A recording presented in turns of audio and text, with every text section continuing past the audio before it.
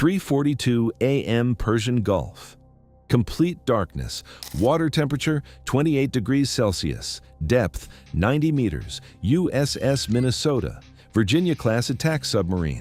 $3.4 billion of American engineering. 135 crew members. Conducting a standard intelligence gathering operation in international waters. Silent, invisible, undetectable. Or so the mission parameters suggested. Then, the sonar operator aboard USS Minnesota spoke 5 words that no submarine commander ever wants to hear. "Sir, we are being pinged, not once, from multiple directions simultaneously. 6 Iranian Kilo-class submarines, Iran's most advanced underwater assets, had emerged from 3 separate positions along the Persian Gulf floor, moving in a coordinated encirclement pattern that had clearly been rehearsed, practiced, planned over months. Above the surface, 12 IRGC fast attack boats forming a perimeter, preventing any surface escape route. Along the coastline, 4 Iranian anti-submarine warfare helicopters activating dipping sonar arrays, dropping sonobuoys in a mathematically precise pattern directly above USS Minnesota's position.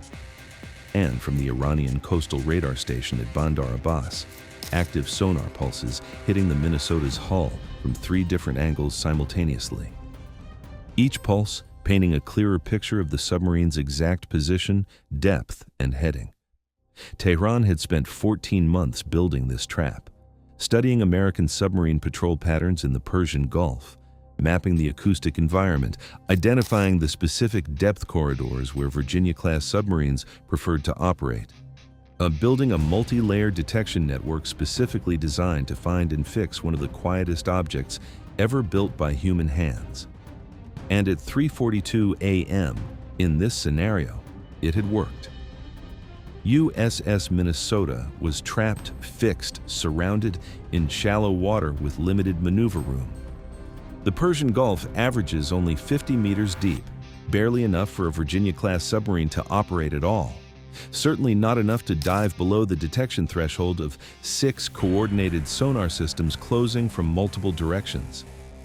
Tehran's plan was simple. Hold the Minnesota in place, force it to surface, capture American submariners on Iranian state television, prove to the world that the Persian Gulf belonged to Iran, and that even the most advanced American submarine was not safe in these waters. It was the most sophisticated Iranian underwater operation ever attempted. They made 5 catastrophic mistakes. First, in this scenario, USS Minnesota was not conducting a routine patrol. It was the bait. Second, 2 other Virginia-class submarines had been positioned specifically to observe and respond to exactly this trap being sprung. Third, 4 EA-18G Growlers were already airborne above the Gulf, waiting. Fourth, USS Abraham Lincoln Carrier Strike Group was 45 nautical miles away, 48 aircraft, weapons hot. Fifth, in this simulation, U.S. Naval Command had been reading Iranian encrypted communications about this operation for 11 weeks. They knew the trap was coming. They knew the coordinates. They knew the timing. The hunters had become the hunted before the first sonar ping left an Iranian hull. What happened in the next 51 minutes became the most complete reversal of a submarine ambush in modern naval history. This is that story. To understand what Iran was actually attempting, you need to understand what a captured American submarine would mean. This is not a tanker, not a cargo vessel, not even a surface warship. A Virginia-class attack submarine carries the most classified technology in the United States military inventory. Its sonar systems, its combat management software, its communication encryption architecture, its torpedo and cruise missile targeting systems. Every piece of hardware and software aboard represents decades of classified research and development that adversaries, Russia, China, Iran, would pay almost any price to access. One captured Virginia-class submarine would represent the single greatest intelligence compromise in American naval history. And beyond the intelligence value, the psychological impact. In this scenario, Iran understood that capturing American submariners and broadcasting it on state television would fundamentally alter the strategic calculation of every nation operating in the Persian Gulf. If the most advanced submarine in the world is not safe in these waters, nothing is safe. Every carrier strike group, every destroyer, every freedom of navigation operation. Tehran was not just trying to capture a submarine. They were trying to end American naval dominance in the Persian Gulf with a single operation. The Persian Gulf carries 20% of the world's oil every day. Through waters that Iran had spent 14 months preparing to claim as their own. Here is what made Iran's trap fall apart from the moment it was sprung. The fundamental problem with trapping a Virginia-class submarine is not detection. Iran solved detection, at least partially, with 14 months of preparation and a 6-submarine coordinated sonar network. The fundamental problem is what happens after detection. A Virginia-class submarine in a fixed position is not a helpless target. It is the most lethal undersea weapon system ever built. Its Mk-48A DCAP torpedoes have a range of 50 kilometers and a guidance system capable of tracking a maneuvering target through active countermeasures. Its vertical launch system carries up to 12 Tomahawk cruise missiles capable of striking land targets 1,600 kilometers away. Fixing USS Minnesota's position did not neutralize it, it gave it a target. 6 Iranian Kilo-class submarines had just announced their exact positions to the most capable underwater weapon system in the Persian Gulf. But USS Minnesota did not fire, because it did not need to. High above the Gulf, the P-8A Poseidon maritime patrol aircraft had been tracking the Iranian submarine movements for 11 days. Every kilo's patrol pattern, every surface ship's position, every helicopter's operating frequency. All of it mapped, all of it stored, all of it ready. The EA-18G Growlers orbiting at 24,000 feet had recorded every Iranian anti-submarine warfare frequency used in the operations rehearsals, the dipping sonar frequencies, the sonobuoy communication channels, the helicopter coordination protocols. In this scenario, the moment the trap was sprung, the Growlers did not just jam Iranian communications, they surgically severed every coordination link in the Iranian anti-submarine network. Helicopter to base, cut. Sonobuoy data feed, cut. Kilo submarine coordination channel, cut. 6 submarines, 12 surface boats, 4 helicopters, all still in position, all still physically surrounding USS Minnesota, all now operating in complete isolation from each other. The net had holes, and USS Minnesota knew exactly where every hole was. 3:42 a.m., Iranian encirclement activates. 6 Kilo submarines pinging USS Minnesota from multiple directions. 12 fast attack boats forming surface perimeter. 4 helicopters dropping sonobuoys above Minnesota's position. Coastal radar from Bandar Abbas adding additional sonar coverage. To 3:43 a.m., USS Minnesota commanding officer assesses situation. In the scenarios, transmits single burst message to U.S. Naval Command. One word, checkmate. The prearranged signal indicating the trap has been sprung exactly as predicted. 3:44 a.m., U.S. Naval Command activates response protocol. EA-18G Growlers transition from passive recording to active jamming. In 5.8 seconds, every Iranian anti-submarine warfare coordination frequency is severed. Helicopter pilots suddenly cannot communicate with their base. Sonobuoy data feeds go dark. Iranian Kilo submarines lose their shared tactical picture, each one now operating on its own, with no knowledge of what the other 5 are doing. 3:45 a.m., USS Minnesota activates its own active sonar, not defensive, offensive. VA 6 simultaneous active pings, one directed at each Iranian Kilo submarine at close range. The acoustic energy hitting each Iranian submarine hull at this range is physically uncomfortable for the crew. More importantly, each ping transmits a precise message. We know exactly where you are, all 6 of you, simultaneously. 3:46 a.m., USS Colorado and USS New Mexico, the two Virginia-class submarines positioned specifically to respond to this trap, begin closing from their observation positions, moving silently. Iranian sonar systems, now operating without coordination, cannot detect both simultaneously while tracking USS Minnesota.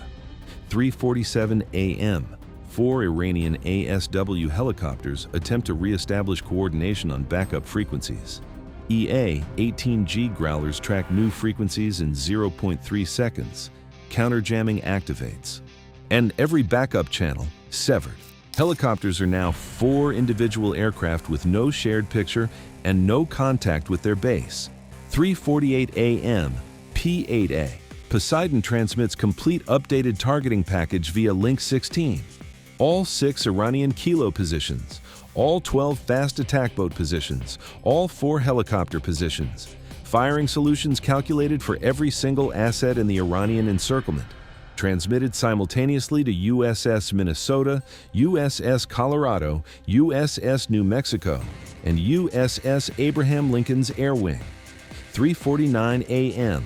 In this scenario, USS Abraham Lincoln launches first wave, 8 FA-18 Super Hornets, armed with AGM-84 Harpoon anti-ship missiles and AGM-65 Maverick air-to-surface missiles, targeting the 12 IRGC fast attack boats forming the surface perimeter.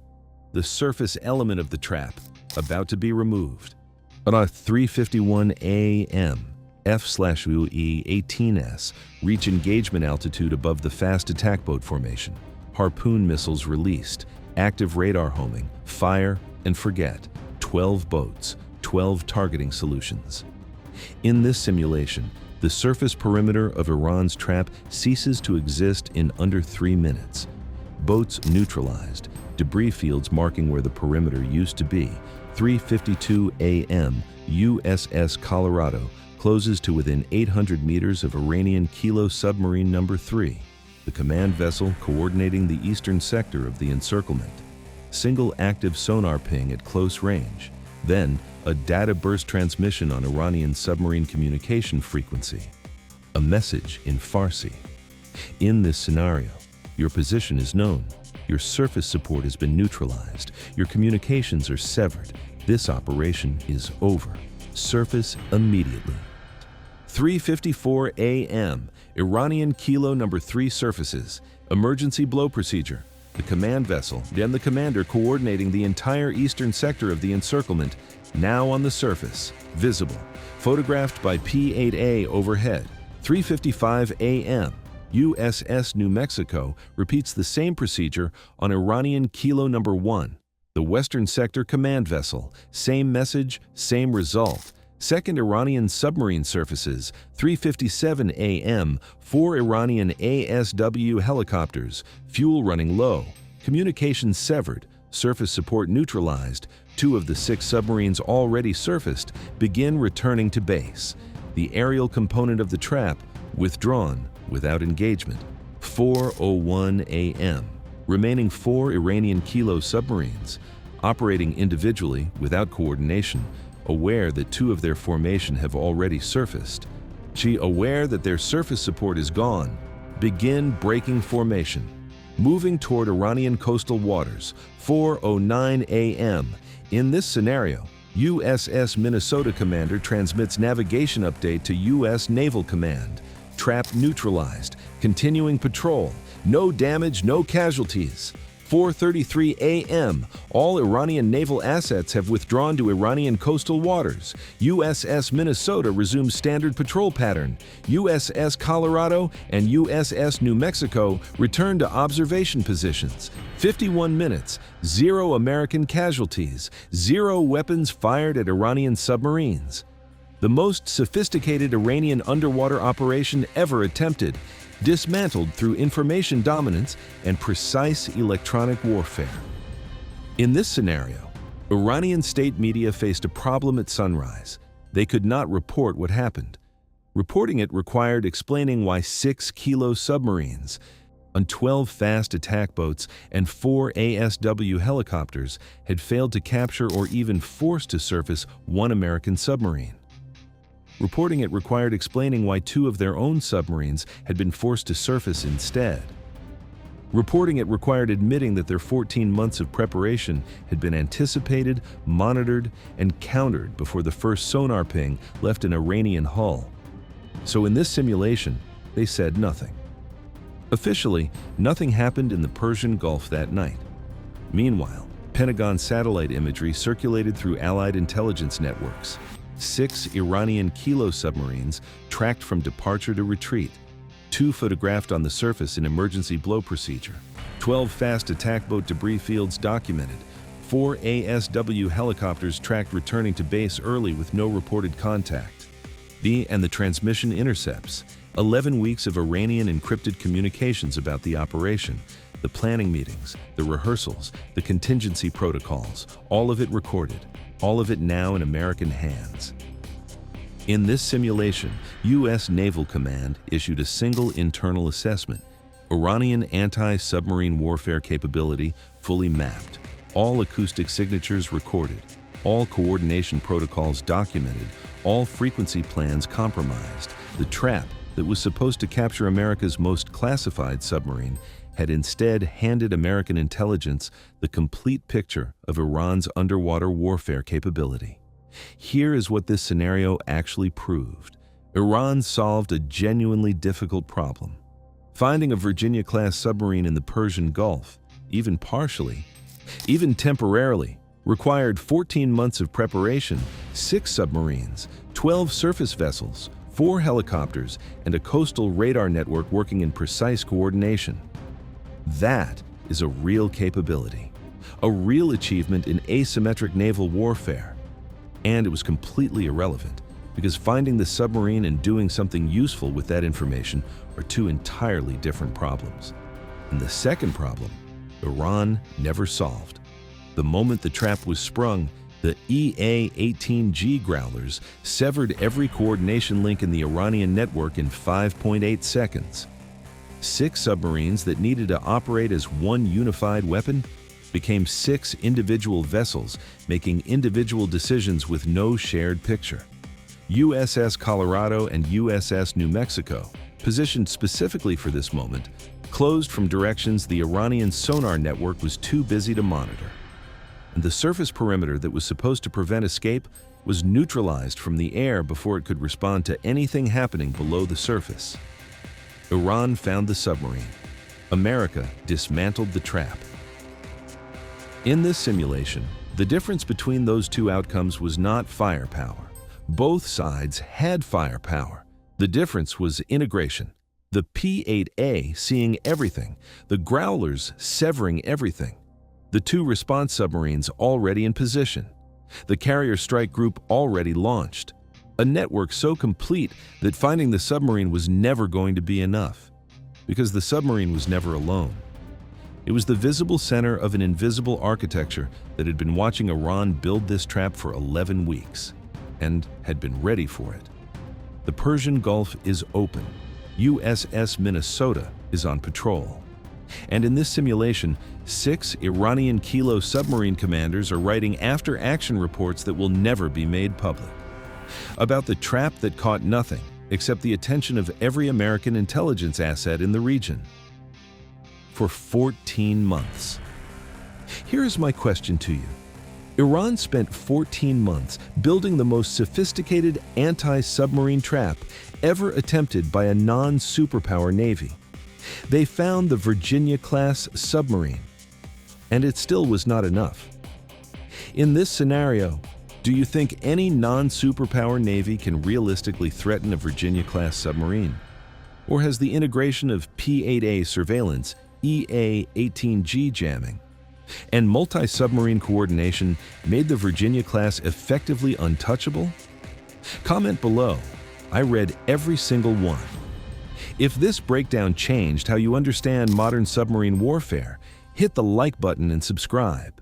Because the next classified file is already being unlocked. Trust me, you will not want to miss it. The events, dialogues, military operations, and outcomes depicted in this video are entirely fictional and created purely for educational and entertainment purposes. This is a hypothetical what-if scenario based on publicly available information about real-world military capabilities, weapon systems, and geopolitical tensions. No part of this video should be interpreted as a factual report of real events. All military engagements, casualty figures, and operational details shown are dramatized and do not represent actual incidents.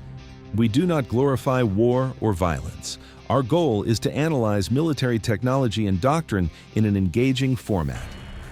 Viewer discretion is advised.